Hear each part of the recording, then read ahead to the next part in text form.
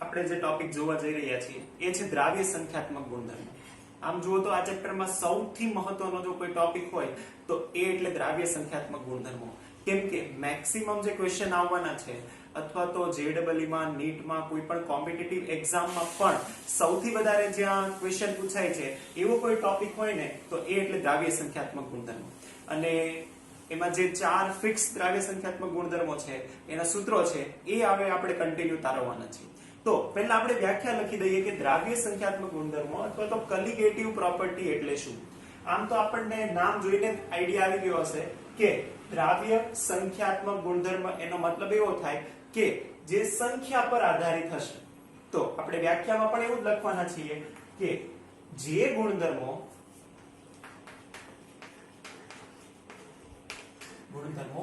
દ્રાવ્ય કણોની, હવે દ્રાવ્ય એટલે શું એ કહેવાની જરૂર નથી, આપણને ખબર જ છે કે જે ગુણધર્મો દ્રાવ્ય કણોની સંખ્યા પર આધારિત હોય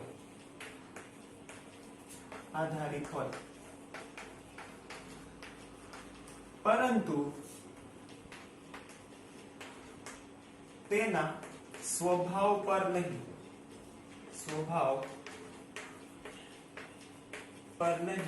તેવા ગુણધર્મોને આપણે શું કહીશું? દ્રાવ્ય સંખ્યાત્મક ગુણધર્મો.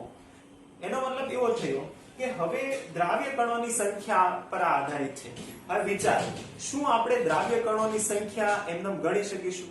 કેમ કે એમાં જો વિચારીએ, ધારો કે હું તમને એવું કહું કે ગ્લુકોઝને આપણે પાણીમાં ઓગાળીએ છીએ તો ગ્લુકોઝને જે અણુ છે એવા ગ્લુકોઝના લાખો અણુઓ પાણીમાં દ્રાવ્ય થયા હશે. તો એને આપણે કઈ રીતે ગણી શકીશું? તો એને ગણવા માટે આપણે ચોક્કસ પદ્ધતિ કેમિસ્ટ્રીમાં ભણી ગયા છીએ અને જેને આપણે કહીએ છીએ મોલ. એ એટલે કે 6.022 × 1023 આટલા જે અણુઓ છે ને એને આપણે એક મોલ કહી દઈશું. એનો મતલબ કે આપણે એમ પણ કહી શકીએ કે દ્રાવ્ય સંખ્યાત્મક ગુણધર્મો એટલે એવા ગુણધર્મો કે જે દ્રાવ્ય કણોની મોલ સંખ્યા પર આધારિત છે. કેમ કે એક સંખ્યા આપણે ગણી શકતા નથી, તો આ બંને આપણે કહી શકીએ છીએ અને આ આપણે કીધું દ્રાવ્ય સંખ્યાત્મક ગુણધર્મો. હવે દ્રાવ્ય સંખ્યાત્મક ગુણધર્મો ફિક્સ છે, એનો મતલબ એ સંખ્યા પર જ આધારિત હોવો જોઈએ, સ્વભાવ પર નહીં. તો એમાં પહેલો જ જે સંખ્યાત્મક ગુણધર્મ છે એ છે બાષ્પ દબાણમાં થતો સાપેક્ષ ઘટાડો. બાષ્પ દબાણમાં થતો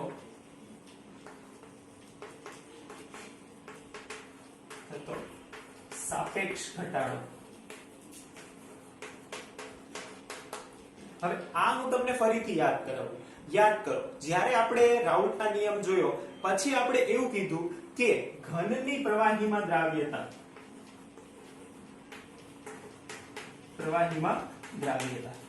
આ ટોપિક આપણે જોયો હતો અને ત્યારે આપણે બાષ્પ દબાણનું, જો તમને યાદ હોય તો સૂત્ર તારવેલું હતું કે P1 P total x1 વાળું. તો એનો મતલબ કે જ્યારે આપણે એ P1 ની વાત કરતા હતા ત્યારે બાષ્પ દબાણ હતું. હવે આપણે વાત કરવાના છીએ બાષ્પ દબાણમાં થતા સાપેક્ષ ઘટાડો. પણ જે દ્રાવણ છે એ કયું લેવાના છીએ? ઘનની પ્રવાહીમાં, એટલે કે ઘનનું પ્રવાહીમાં બનાવેલું દ્રાવણ લેવાના છીએ. એના માટે આપણે વાત કરવાના છીએ. તો આ સાપેક્ષ ઘટાડો પહેલો દ્રાવ્ય સંખ્યાત્મક ગુણધર્મ છે. તો અહીંયા ફરીથી હું પ્રશ્ન પૂછું કે બાષ્પ દબાણ એકલું, જે બાષ્પ દબાણ ખાલી આપણે કહીએ છીએ, શું ઇન્ડિવિડ્યુઅલી બાષ્પ દબાણ એ દ્રાવ્ય સંખ્યાત્મક ગુણધર્મ છે? નહીં. ઇન્ડિવિડ્યુઅલી બાષ્પ દબાણ એ દ્રાવ્ય સંખ્યાત્મક ગુણધર્મ નથી. કેમ? કેમ કે એ પ્રવાહીના સ્વભાવ પર આધાર રાખે. પાણી માટે બાષ્પ દબાણ અલગ હોય, આલ્કોહોલ માટે અલગ હોય. એનો મતલબ બાષ્પ દબાણ એ દ્રાવ્ય સંખ્યાત્મક ગુણધર્મ નથી, પરંતુ બાષ્પ દબાણમાં થતો સાપેક્ષ ઘટાડો એ દ્રાવ્ય સંખ્યાત્મક ગુણધર્મ છે. અને એ કઈ રીતે એ આપણે સૂત્ર દ્વારા તારવીને જોવાના છીએ. તો એની પહેલા આપણે બીજા દ્રાવ્ય સંખ્યાત્મક ગુણધર્મ તરફ વધીએ અને બીજા ગુણધર્મની પણ વાત કરી દઈએ. બીજો જે ગુણધર્મ છે એ આપણને રિલેટેડ કરીને આપેલો છે, એ છે ઉત્કલન બિંદુ ઉન્નયન. ઉત્કલન બિંદુ ઉન્નયન એટલે કે ઉત્કલન બિંદુમાં થતો વધારો. ઉત્કલન બિંદુમાં થતો વધારો. હવે ફરીથી સેમ પ્રશ્ન હું અહીંયા પૂછું. ઉત્કલન બિંદુમાં વધારો એ દ્રાવ્ય સંખ્યાત્મક ગુણધર્મ છે અથવા તો ઉત્કલન બિંદુ ઉન્નયન એ દ્રાવ્ય સંખ્યાત્મક ગુણધર્મ છે. પણ શું ઉત્કલન બિંદુ એકલું, ઉત્કલન બિંદુ ઇન્ડિવિડ્યુઅલી શું દ્રાવ્ય સંખ્યાત્મક ગુણધર્મ થશે? નહીં. જેવી રીતે બાષ્પ દબાણ એકલું દ્રાવ્ય સંખ્યાત્મક ગુણધર્મ નથી, તેમ ઉત્કલન બિંદુ એકલું પણ દ્રાવ્ય સંખ્યાત્મક ગુણધર્મ નથી, કેમ કે દરેક પ્રવાહીના સ્વભાવ પર આધારિત છે કે જેવું પ્રવાહી હશે એવું એનું ઉત્કલન બિંદુ હશે. ચાલો, તો આપણે વાત કરી બીજા દ્રાવ્ય સંખ્યાત્મક ગુણધર્મની. ત્રીજાની વાત કરીએ છીએ અને એ છે ઠાર બિંદુમાં થતો ઘટાડો અથવા તો એને આપણે કહીશું અવનયન અથવા તો ઠાર બિંદુમાં થતો ઘટાડો. ઠાર બિંદુનું ઘટવું એ પણ આપણે શું કહીએ છીએ? Delta TF freezing point. ઠાર બિંદુનું અવનયન એ પણ આપણે દ્રાવ્ય સંખ્યાત્મક ગુણધર્મ છે, પરંતુ હવે તમને સમજાય કે એકલું ઠાર બિંદુ ફ્રીઝિંગ પોઈન્ટ એ કોઈ દ્રાવ્ય સંખ્યાત્મક ગુણધર્મ નથી. અને છેલ્લી મોસ્ટ ઇમ્પોર્ટન્ટ રાશિ અને એ એટલે અભિસરણ દબાણ. અભિસરણ દબાણને આપણે આ ચિત્રમાં પાઈ વડે દર્શાવવાના છીએ. અભિસરણ દબાણ મોસ્ટ ઇમ્પોર્ટન્ટ. આ ચેપ્ટરમાં આખો સેપરેટ ટોપિક છે અને એ પણ આપણે ભણવાના છીએ. તો માત્ર આ ચાર જ એઝ ઇટ ઇઝ આ ચાર જ દ્રાવ્ય સંખ્યાત્મક ગુણધર્મ છે.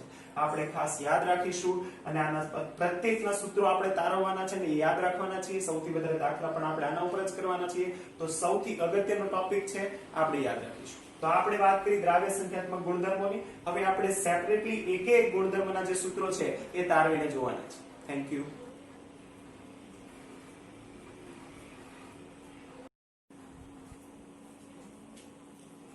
હેલો ફ્રેન્ડ્સ, તો આપણે દ્રાવ્ય સંખ્યાત્મક ગુણધર્મો જોયા અને તે ચાર ગુણધર્મોની આપણે વાત કરી. હવે પ્રત્યેક જે ચારે ચાર છે એના આપણે સૂત્રો તારવવાના છીએ અને ઇન્ડિવિડ્યુઅલી તેનો ઉપયોગ કઈ રીતે થઈ શકે એ જોવાના છીએ.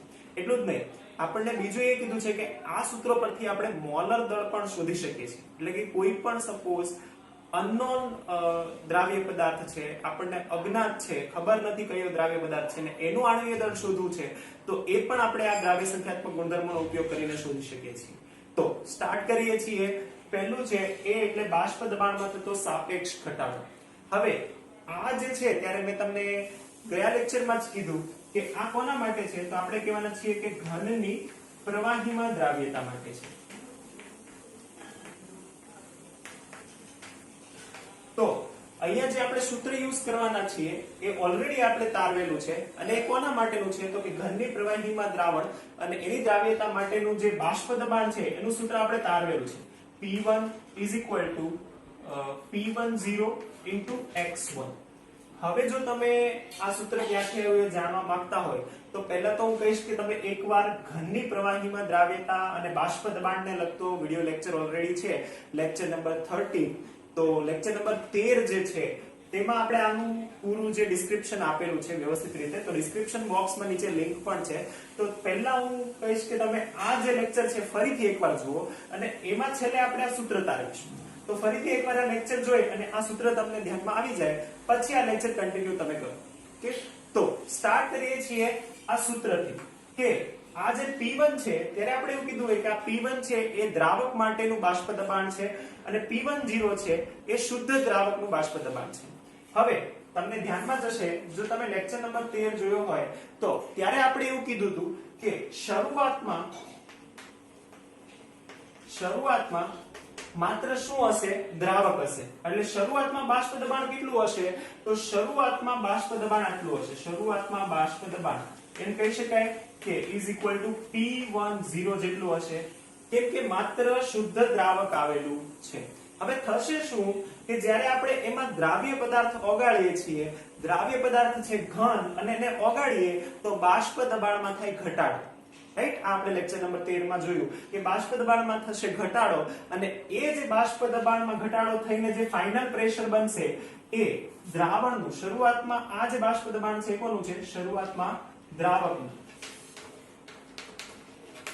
હવે આપણે કહીએ છીએ એ કોનું છે? દ્રાવણનું. તો અંતે દ્રાવણનું બાષ્પ દબાણ એ કેટલું થાય છે? P1.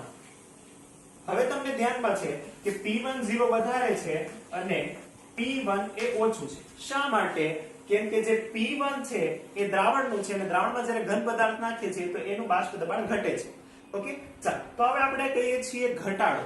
તો આ બંને પરથી તમે એમ કહી શકો કે દ્રાવણમાં કેટલો ઘટાડો થયો, તો બાષ્પ દબાણમાં થતો ઘટાડો, તો આપણે લખીએ છીએ બાષ્પ દબાણમાં થતો ઘટાડો, તો એને આપણે આવી રીતે લખી શકીએ ઇઝ ઇક્વલ ટુ, હવે આ જે છે P10 એ વધારે છે, તો વધારેમાંથી હું ઓછું બાદ કરું છું, તો આપણને અહીંયા મળશે કે ડેલ્ટા P બાષ્પ દબાણમાં થતો ઘટાડો થતો ફેરફાર એ આવશે P10 P1.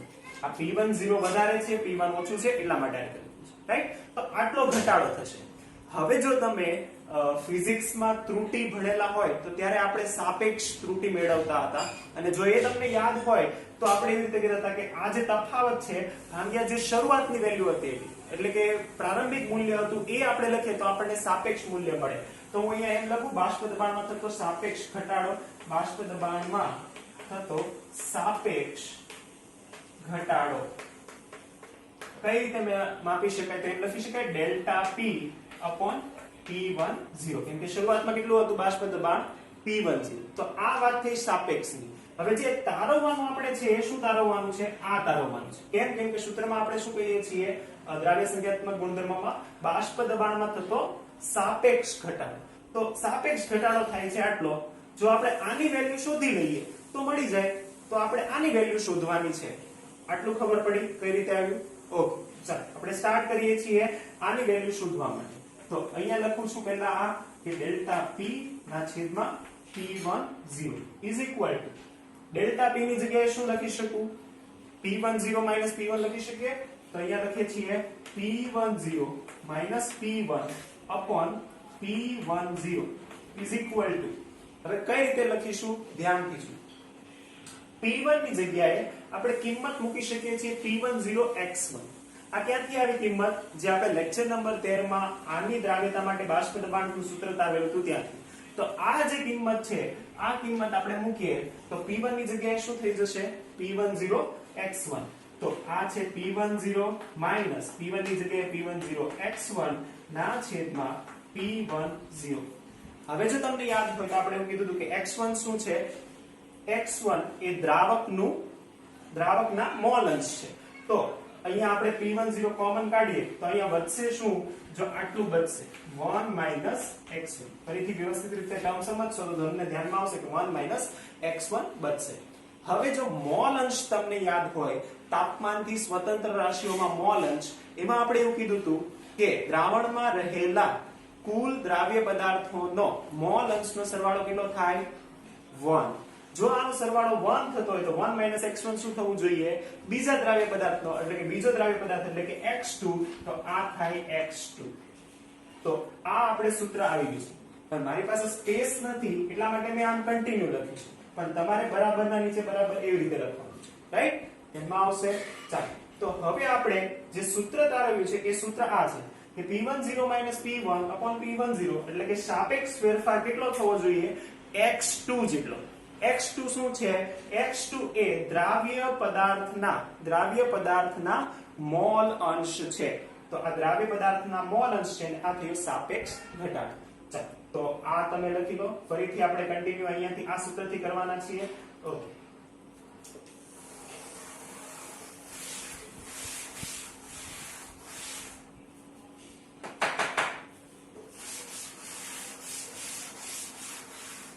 હવે આપણે જે સૂત્ર તારવ્યું એ બાષ્પ દબાણમાં સાપેક્ષ ઘટાડા માટે આવું હતું, P10 minus P1 upon P10 is equal to x2. હવે x2 તમને ખબર હોય તો આપણે એવું લખેલું હતું કે n2 ના છેદમાં n1 પ્લસ n2.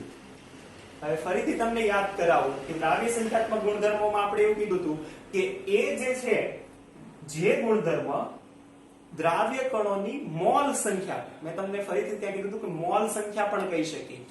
કેમ કે સંખ્યા આપણે ખાલી ગણી શકવાના નથી, તો આપણે મોલ સંખ્યા પણ કહી શકીએ.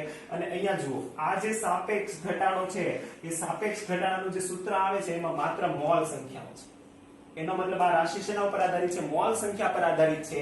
એટલા માટે આ જે છે સાપેક્ષ ઘટાડો એને આપણે દ્રાવ્ય સંખ્યાત્મક ગુણધર્મ કહીએ છીએ. સમજાયું? અને માત્ર બાષ્પ દબાણને શા માટે નથી કહેતા એ પણ સમજાયું હશે, રાઈટ? કેમ કે માત્ર બાષ્પ દબાણ હતું એમાં આપણે P10 એડ કરતા હતા, શુદ્ધ દ્રાવકનું બાષ્પ દબાણ. અને શુદ્ધ દ્રાવકનું બાષ્પ દબાણ તો એના સ્વભાવ પર આધાર રાખે, એટલા માટે માત્ર બાષ્પ દબાણ દ્રાવ્ય સંખ્યાત્મક ગુણધર્મ નથી, પરંતુ એમાં થતો સાપેક્ષ ઘટાડો અથવા તો સાપેક્ષ ફેરફાર એ છે, કેમ કે એમાં માત્ર શું આવે છે? મોલ આવે છે. ધ્યાનમાં રહેશે. તો આ આપણે સૂત્ર તારવ્યું છે, અગત્યનું છે. હવે આપણને અહીંયા કીધું છે, હવે આપણે જે સૂત્ર યાદ રાખવાના છે એ યાદ છે. જ્યારે પણ આપણે સૂત્ર પૂછાય અને તો આ તારવવાનું છે. પણ આપણને એક સ્પેશિયલ કેસ આપેલો છે કે જનરલી એવું હોય કે દ્રાવકનું પ્રમાણ અતિશય વધારે હોય. દ્રાવકનું પ્રમાણ અતિશય વધારે હોય તો દ્રાવકના મોલ બહુ વધારે હોય. જેમ કે દ્રાવકના મોલ હોય 1000 કે 100 અને એની સાપેક્ષમાં દ્રાવ્યના મોલ હોય 1 કે 0.1, તો એકદમ વધારે છે તો આ 0.1 ને આપણે અવગણી શકીએ. તો આપણને એક સ્પેશિયલ કેસ આપેલો છે કે n1 is very very greater than n2 હોય ત્યારે. જો ફરીથી કહું કે આ ક્યારે તમે લઈ શકો? જ્યારે માત્ર n1 very very greater than n2 હોય ત્યારે. જો બંને નેગ્લિજિબલ અવસ્થામાં હોય, એટલે કે બંને 1.1 હોય, 1.01 હોય, બંને જો એવા હોય તો તમે અવગણી ના શકો, રાઈટ? જ્યારે બંનેની કિંમતમાં બહુ વધારે તફાવત હોય તો આપણે n2 ને અવગણી શકીએ, અને n2 ને અવગણી શકીએ તો આપણને સૂત્ર શું મળશે? P10 upon P1 upon P10 is equal to n2 upon અહીંયા n2 ને, હવે ઉપર n2 ને અવગણવાનું નથી, કેમ કે ઉપર n2 ને અવગણશું તો કશું બચશે જ નહીં, રાઈટ? તો હવે n2 અહીંયા અવગણીશું કેમ કે n1 વધારે છે, તો આ આવશે n2 ના છેદમાં n1. n2 એટલે ફરીથી યાદ કરાવું, દ્રાવ્યના મોલ, અને અહીંયા કોના મોલ છે? દ્રાવકના મોલ. ઓકે, તો આ સૂત્રને હજી સિમ્પ્લિફાઈ કરીને આપણને આપેલું છે, અને એટલે કે દ્રાવ્યના મોલને કઈ રીતે લખાય? તો આપણે આવું કીધું હતું W2 ના છેદમાં M2, દ્રાવ્યનું વજન છેદમાં દ્રાવ્યનો અણુભાર ગુણ્યા અહીંયા છે N1, તો અહીંયા શું આવશે? W1 આ W1 ના છેદમાં M1 જ છે, પણ છેદનો છેદ અંશમાં જશે ને આવી રીતનું બનશે. તો જે ફાઇનલ સૂત્ર છે તમે આ રાખો તો પણ વાંધો નહીં, આ રાખો તો પણ વાંધો નહીં, પણ હું તમને એટલું કહું કે આ જે સૂત્ર છે આ યાદ રાખશો તો આ બધા સૂત્ર તમે તારી શકશો. થશે? તો આ પહેલો ગુણધર્મની આપણે વાત કરી, અને એ હતો બાષ્પ દબાણમાં થતો સાપેક્ષ ઘટાડો અને એનું સૂત્ર. હવે બીજી વાત કરીએ આમાં કે આપણને એવું કીધું છે કે કોઈ પણનું આણ્વીય દળ પણ આપણે શોધી શકીએ. કઈ રીતે? તો ધારો કે મારી પાસે શુદ્ધ દ્રાવકનું બાષ્પ દબાણ હતું, શુદ્ધ દ્રાવકનું બાષ્પ દબાણ હતું, એમાં થતો ફેરફાર મને ખબર પડી ગઈ, ડેલ્ટા P મને ખબર પડી ગઈ, અને પછી મારે જો કોઈ અજ્ઞાત દ્રાવ્ય પદાર્થનું આણ્વીય દળ શોધવું હોય તો હું શોધી શકું? આ શોધી શકું. કેમ? કેમ કે મને આ ખબર છે, દ્રાવકનું વજન ને આ બધું મને ખબર છે, તો આ શોધી શકાય. કઈ રીતે? તો આને કરતા બનાવો, રાઈટ? M2 ને આપણે સબ્જેક્ટ બનાવી દઈએ તો થઈ જાય. તો એ પણ આપણે કરી શકીએ. તો હું અહીંયા M2 ને સબ્જેક્ટ બનાવીને પણ સૂત્ર લખું છું કે જે આપણે શેમાં યુઝ કરી શકીએ છીએ? જે આપણે એનું આણ્વીય દળ શોધવામાં યુઝ કરી શકીએ છીએ, રાઈટ? પરંતુ એ ક્યાંથી આવેલું છે? તો એ આવેલું તો અહીંયાથી જ છે, રાઈટ? તો એમાં કન્ફ્યુઝ થવાનું છે નહીં. તો આવી રીતનું સૂત્ર તારવી શકીએ. M2 is equal to W2 M1 W1 એમ રહેશે. તો અહીંયા રહ્યું W2, અહીંયા રહ્યું આ M1, અને અહીંયા રહ્યું આ છેદનું W. ઓકે, તો આ જે ડેલ્ટા P upon P10 છે એ ક્યાં આવી જશે? અહીંયા આવી જશે. તો આ અહીંયા આવી જશે ડેલ્ટા P upon P10. તો મળી જાય. જો આ વેલ્યુ આપણને ખબર હોય, કેટલું શરૂઆતમાં દ્રાવક લીધું હતું એ ખબર હોય, દ્રાવકનું આણ્વીય દળ ખબર હોય, અને કેટલો અજ્ઞાત પદાર્થ ઓગાળેલો હોય, તો એ અજ્ઞાત પદાર્થનું આપણે શું શોધી શકીએ છીએ? આણ્વીય દળ. તો આ આપણે સૂત્રની વાત કરી. હવે આ સૂત્ર પણ યાદ રાખવાની તમારે જરૂર નથી. કેમ? કેમ કે ક્યાંથી તારવેલું છે? આપણે આના પરથી તારવેલું છે, તો એ આપણે તારવી શકીએ છીએ, રાઈટ?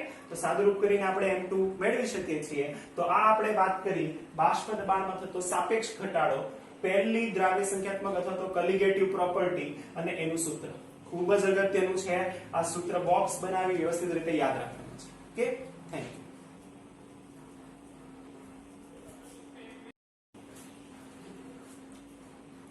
હેલો ફ્રેન્ડ્સ, તો સેકન્ડ દ્રાવ્ય સંખ્યાત્મક ગુણધર્મ આપણે જોઈ રહ્યા છીએ, અને એ છે ઉત્કલન બિંદુ ઉન્નયન. ઉન્નયન એટલે શું? ઉન્નયન એટલે વધારો. ઉત્કલન બિંદુ જે દ્રાવકનું હતું તેના કરતા દ્રાવણનું ઉત્કલન બિંદુમાં થતો વધારો, આને જ આપણે શું કહીએ છીએ? ઉત્કલન બિંદુ ઉન્નયન. તો પહેલા તો આપણે સમજવું પડે કે ઉત્કલન બિંદુ એટલે શું. તો પહેલા આપણે ઉત્કલન બિંદુની વ્યાખ્યા લખીશું. આમ તો ઉત્કલન બિંદુની જનરલ ડેફિનેશન કહીએ તો એવું આપણે કહી શકીએ કે જે પણ તાપમાને પ્રવાહી ઉકળે છે તે તાપમાનને આપણે શું કહીએ છીએ, તેનું ઉત્કલન બિંદુ. પણ આ ચોક્કસ ડેફિનેશન નથી. કેમ કે જો દબાણ બદલવામાં આવે તો અલગ અલગ થઈ શકે, તાપમાન બદલી શકે. એટલે એટલા માટે આપણે એવું કહીશું ઉત્કલન બિંદુની વ્યાખ્યામાં. તો આપણે પહેલા વ્યાખ્યા લખીએ છીએ.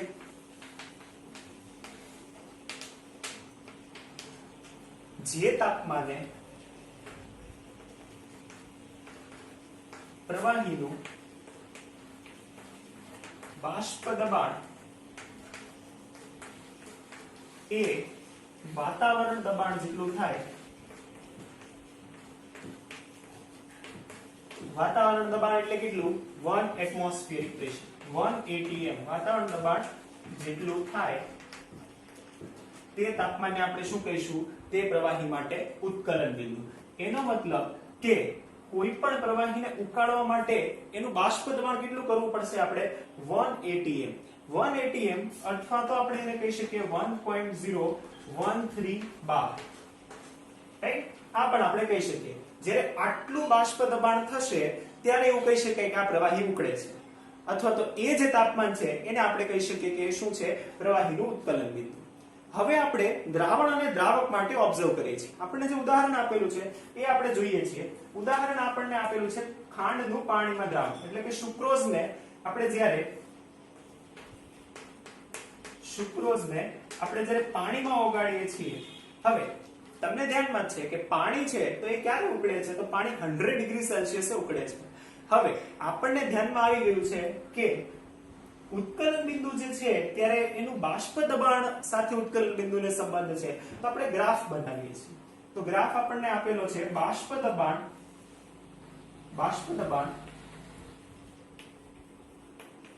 વર્સિસ તાપમાન ઇન કેલ્વિન, માં આપણને ગ્રાફ આપેલો છે.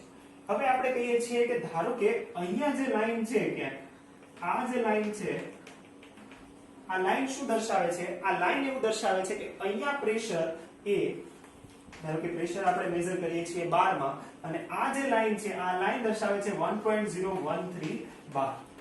એનો મતલબ કે આ લાઈનને જ્યારે પણ આ ગ્રાફ ટચ કરે તો ત્યારે એનો પ્રેશર થવું જોઈએ 1.013 બાર. કેમ આપણે આ લખ્યું છે, કેમ કે એ તાપમાને શું હશે, ઉત્કલન બિંદુ હશે. તો આપણે પાણી માટે તારવીએ છીએ. તો પાણી માટે જે પહેલો ગ્રાફ આપણને મળ્યો, તો એ પહેલો ગ્રાફ આપણને આવી રીતે મળે છે, અને એ છે શુદ્ધ દ્રાવક. હવે શુદ્ધ દ્રાવક એટલે શું, એ ફરીથી મારે કહેવાની જરૂર નથી, કેમ કે હવે તમને ધ્યાનમાં છે કે શુદ્ધ દ્રાવક એટલે માત્ર દ્રાવક, એમાં કોઈ પણ પ્રકારનું બીજો દ્રાવ્ય પદાર્થ નથી, ભેળસેળ નથી, શુદ્ધ છે. તો આપણે કહીએ છીએ શુદ્ધ દ્રાવક. અને શુદ્ધ દ્રાવક માટે આપણને ગ્રાફ આવો મળે છે. આ રેખા જ્યારે ટચ કરે છે તો એ ટચ અહીંયા આવે છે, રાઈટ? તો આ જે થશે એ શું થશે, કે TB થશે. પરંતુ આ જે TB છે એ કોનું છે, તો કે શુદ્ધ દ્રાવકનું છે. તો આથી આપણે એને કહીશું TB0, રાઈટ?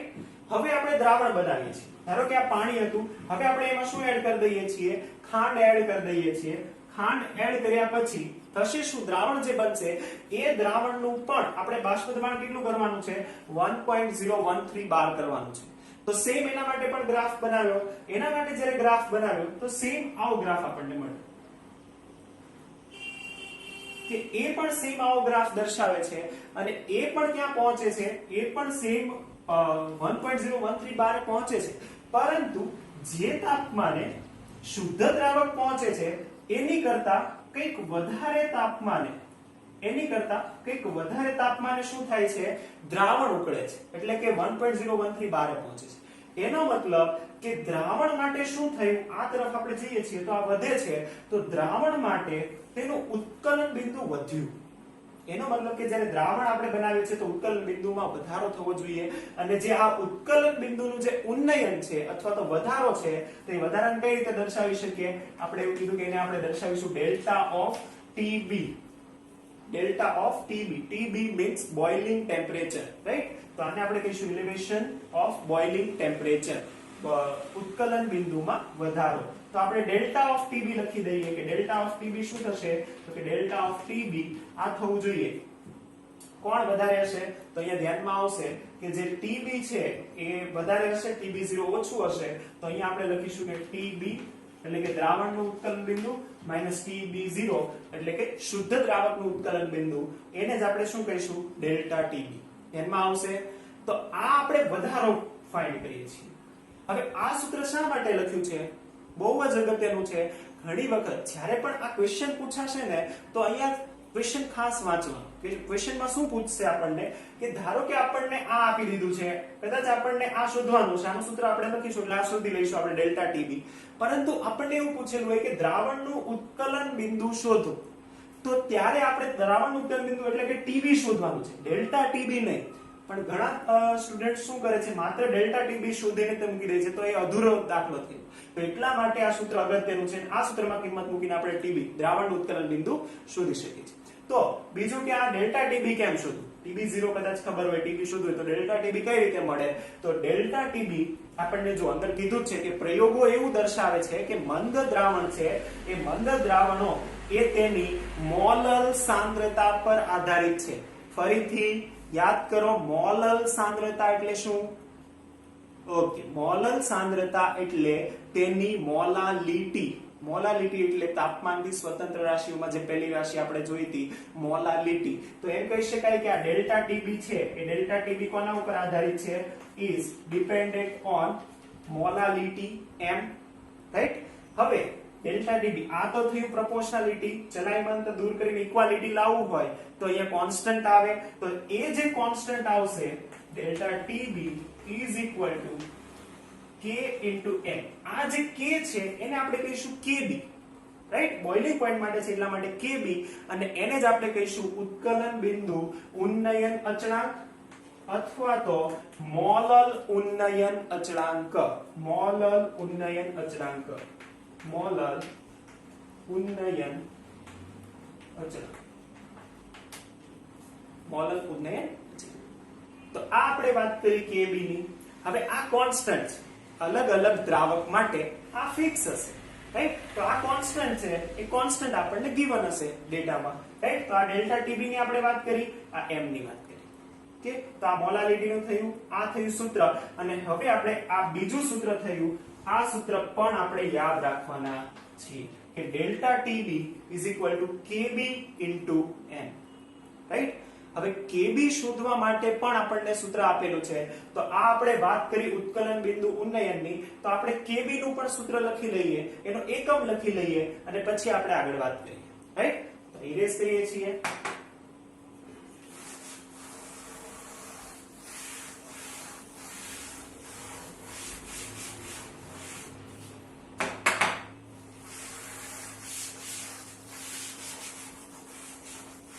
ઓકે, તો આપણી પાસે સૂત્ર આવ્યું છે કે ડેલ્ટા TB KB m.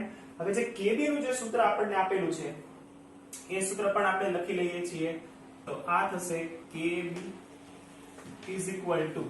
હવે આ આપણે યાદ રાખવાના છીએ. આપણને સૂત્ર આપેલું છે R m1 TB square upon 1000 delta of vaporization of H. delta of vaporization ઘણા બધા યુનિટ્સ તમને ખબર જ છે. R એ શું છે? તો R આપણને ખબર છે કે એ સાર્વત્રિક વાયુ અચળાંક છે. સાર્વત્રિક વાયુ અચળાંક, રાઈટ? હવે સાર્વત્રિક વાયુ અચળાંકની વેલ્યુ પણ આપણે તમને કહી દીધી હોય કે જ્યારે પણ આપણે ઉર્જાની કે એની વાત કરતા હોઈએ ત્યારે સાર્વત્રિક વાયુ અચળાંકને આપણે લઈશું 8.134, રાઈટ? 8.134 જૂલમાં અત્યારે લઈશું, રાઈટ? તો આ થશે અત્યારે જૂલ પર મોલ કેલ્વિન. ઓકે, તો આપણે વાત કરી સાર્વત્રિક વાયુ અચળાંક m1, રાઈટ? તો આ છે દ્રાવકનું આણ્વીય દળ. TB ઉત્કલન બિંદુ, દ્રાવકનું ઉત્કલન બિંદુ 1000 ડેલ્ટા વેપરાઇઝેશન ઓફ H. આ છે બાષ્પાયન એન્થાલ્પી. આપણે ઉષ્માગતિશાસ્ત્રમાં એન્થાલ્પીના ઘણા બધા અલગ અલગ સ્વરૂપો જોયા હોય અને એમાંનું એક એટલે કે બાષ્પાયન એન્થાલ્પી. બાષ્પાયન એન્થાલ્પી, રાઈટ? તો ક્યારેક જો Kb ની વેલ્યુ ના આપેલી હોય અને બાષ્પાયન એન્થાલ્પી આપેલી હોય તો એના પરથી પણ આપણે Kb શોધી શકીએ છીએ અને એ આ સૂત્રથી પણ શોધી શકીએ છીએ. ફાઇન. તો આપણે વાત કરી Kb ની. આ છે મોલર ઉન્નયન અચળાંક. રાઈટ. તો આ મોલર ઉન્નયન અચળાંકની આપણે વાત કરી. આ છે ઉત્કલન બિંદુ ઉન્નયન. તો આ ટોટલ આપણે જે પણ અંદર આવે છે એની વાત કરી. તો આ બીજો દ્રાવ્ય સંખ્યાત્મક ગુણધર્મ થયો અને એ છે ઉત્કલન બિંદુ ઉન્નયન. ફરીથી જો યાદ કરાવો કે ઉત્કલન બિંદુ ઉન્નયન દ્રાવ્ય સંખ્યાત્મક ગુણધર્મ છે. કેમ કે જો તેનું જે યુનિટ છે અથવા તેનું સૂત્ર છે એમાં આપણે શું કીધું કે એમાં આવે છે મોલલ. મોલર એટલે કે એની મોલાલિટી છે ને મોલાલિટીમાં મોલ આવે તો એનો મતલબ જે મોલ પર આધારિત છે એવી રાશિ છે એટલા માટે દ્રાવ્ય સંખ્યાત્મક ગુણધર્મ છે. કેમ કે દ્રાવ્ય સંખ્યાત્મક ગુણધર્મ એ મોલ સંખ્યા પર આધારિત હોય. તો સેમ આપણે બીજું સૂત્ર તારવ્યું. આ વાત કરી આપણે ડેલ્ટા ટીવી ઉત્કલન બિંદુ ઉન્નયન. Thank you.